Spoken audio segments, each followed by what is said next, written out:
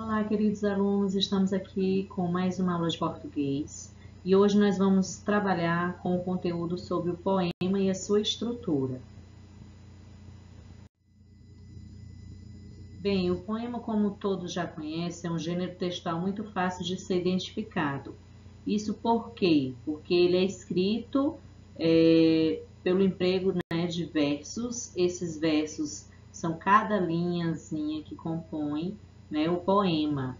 E além de ele ser escrito em versos, ele também vem abordar temas pessoais, subjetivos, onde fica claro principalmente os sentimentos do eu lírico, que o eu lírico é nada mais do que a voz do poema, né? Não vem a ser o autor, mas sim a voz do poema.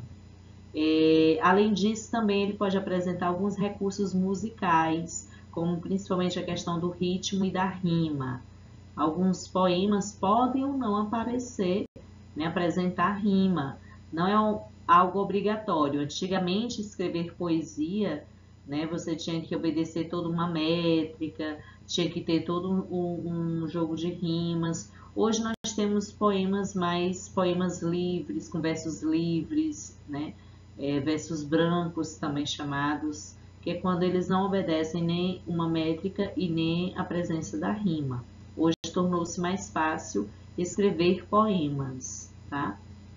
E qual seria a diferença de poema para poesia? É importante ressaltar que poema trata-se do gênero textual e a poesia é tudo aquilo que vem abordar sobre sentimentos, sobre o eu lírico, sobre a subjetividade. Uma música eu posso dizer que é uma poesia, um pôr do sol eu posso chamar de poesia, tudo aquilo que pode tocar emocionalmente as pessoas, tá? Além disso, também o poema ele vai apresentar palavras no seu sentido figurado, ou seja, palavras no seu sentido conotativo. E para isso nós também precisamos conhecer um pouco sobre as figuras de linguagem, para que nós possamos identificar os sentidos reais nas palavras usadas nos poemas. Bem, verso é uma das características principais do poema. Todo poema ele precisa ser escrito em versos. O que vem a ser verso? É a sucessão de sílabas ou fonemas que formam uma unidade rítmica e melódica, que geralmente ele vai possuir esse ritmo na hora da leitura, e também pode acontecer a presença da rima, que é o que vai dar a melodia dentro do poema. E ele corresponde a cada linhazinha do poema, cada linha que vai compor todo o poema, a cada linha eu chamo de verso. E o conjunto desses versos eu vou denominar de estrofes, que é nada mais do que o agrupamento de versos. Um poema ele pode ser composto de vários versos, e não ter a separação de estrofes, mas também ele pode haver essa separação entre as estrofes. E aí pela separação,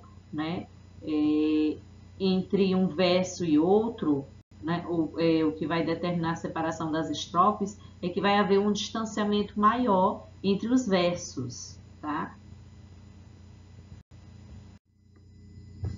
Bem, de acordo com o número de versos, essas estrofes elas podem ter classificações, elas podem ter denominações que estarão relacionadas com a quantidade de versos que elas vão possuir. Se a estrofe tiver, no caso, só 2 versos, ela vai ser chamada de dístico. Se forem 3, de terceto. Quarteto ou quadra, se tiverem 4 versos. Quintilha, ou também chamado de quinteto, 5 versos. Sexteto, com 6 versos. Sétima, 7 versos. Oitava, 8 versos. Nona, 9 versos. E décima, com 10 versos. Geralmente, eles possuem em média até 10 versos, cada estrofe.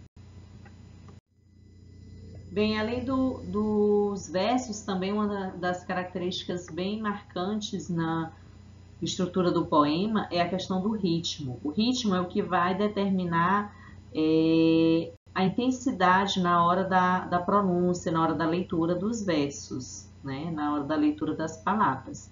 é a alternância de sílabas acentuadas e não acentuadas, isto é, sílabas que apresentam maior ou menor intensidade quando pronunciadas.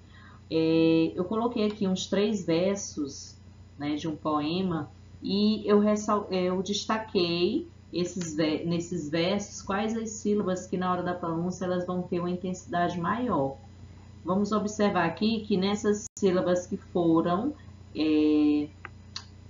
destacadas aí no poema, você pronuncia mais alto, né? Mercado de peixe, mercado de aurora, cantigas, apelos, pregões e risadas, a proa dos barcos que chegam de fora.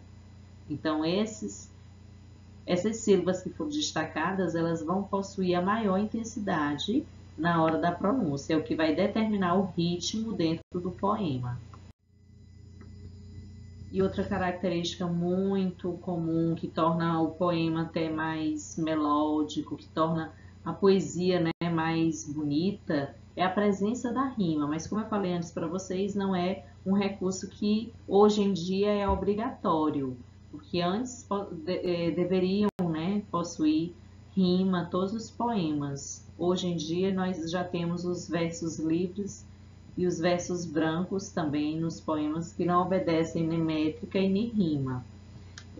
A rima ela é um recurso musical baseado na semelhança sonora entre as palavras, né?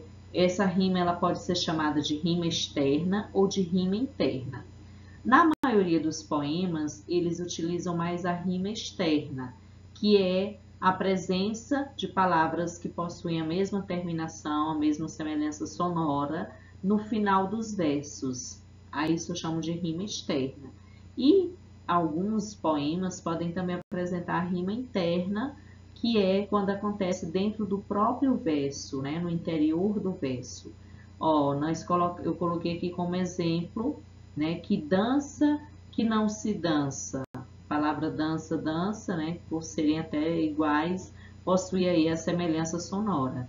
Que trança, não se destrança, né, dentro do próprio verso. Aí eu tenho um exemplo de uma rima interna. Ela vai acontecer dentro do próprio verso. O grito que voou mais alto foi um grito de criança. Agora aqui, se você observar, nós vamos ter a rima entre a palavra destrança, dança, destrança e criança. Elas estão no final dos versos.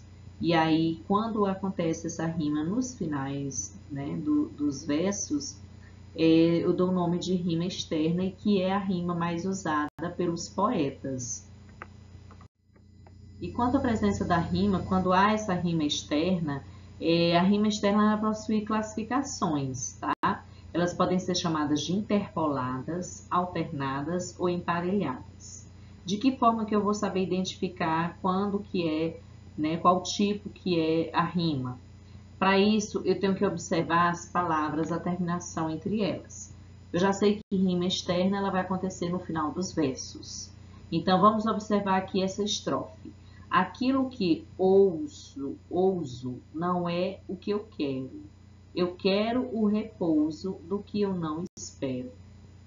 Então, aquilo que ouso, eu vou classificar como sendo a palavra ouso, como sendo a palavra da letra A. Não é o que eu quero. Aí a palavra destacada foi quero, né? O final do verso. Quero vai rimar com ouso? Não, não rima. Por isso eu vou colocar uma outra letra, né? Essas letras elas são colocadas na ordem alfabética. Sempre que surgir uma nova palavra que ela não possui rima com alguma palavra anterior, aí eu vou dando, né, uma nova letra do alfabeto. Então aqui eu tenho no primeiro verso a letra A com a palavra ouso. No segundo verso eu tenho a palavra quero, que não rima com a palavra ouso, então ela vai receber a letra B. No terceiro verso eu tenho a palavra repouso. Repouso rima com ouso? Rimou, não rimou? Possuem semelhanças sonoras. Então ela vai receber a mesma letra. Por isso aí no final nós temos também a letra A. Tanto na palavra ouso como repouso, elas terão a mesma letra, a mesma classificação aí, né? Por quê? Porque elas estão rimando.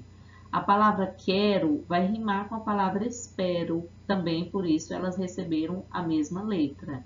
Então, as palavras que rimam, eu vou colocar sempre a mesma letra do alfabeto. Então, nessa estrofe, eu tenho uma estrofe com 4 versos. Como é que eu chamo essa estrofe? Quarteto.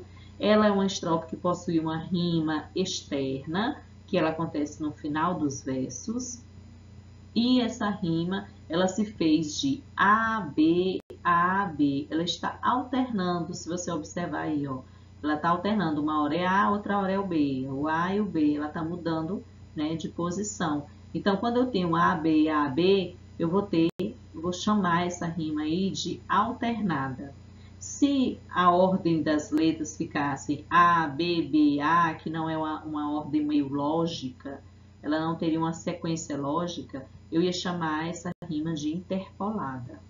E se a rima acontecesse uma ao lado da outra, né? Verso com o primeiro verso com o segundo verso, o terceiro com o quarto, que seriam bem próximos, aí seria A, B, B, eu ia chamar de emparelhadas, porque elas estão emparelhadas, bem próximas à rima.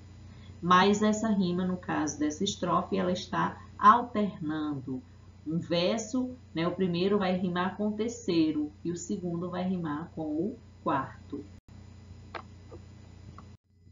Bem, chegamos ao final da nossa aula. Eu espero que tenham ficado bem claro com relação ao conteúdo sobre o poema e sua estrutura. Foi ressaltado os principais pontos do poema, que é a presença do verso, os versos organizados em estrofes, a presença do ritmo, que é importante na hora da leitura do poema, que é o que vai dar a entonação correta, e também a presença da rima, que não é mais tão obrigatória, mas que deixa, com certeza, o poema mais melódico, mais belo de ser recitado, viu? Muito obrigada pela atenção de todos os alunos. Eu espero que tenha ter contribuído, né, bastante para a aprendizagem de vocês. E qualquer dúvida é só entrar em contato com as professoras da turma, tá?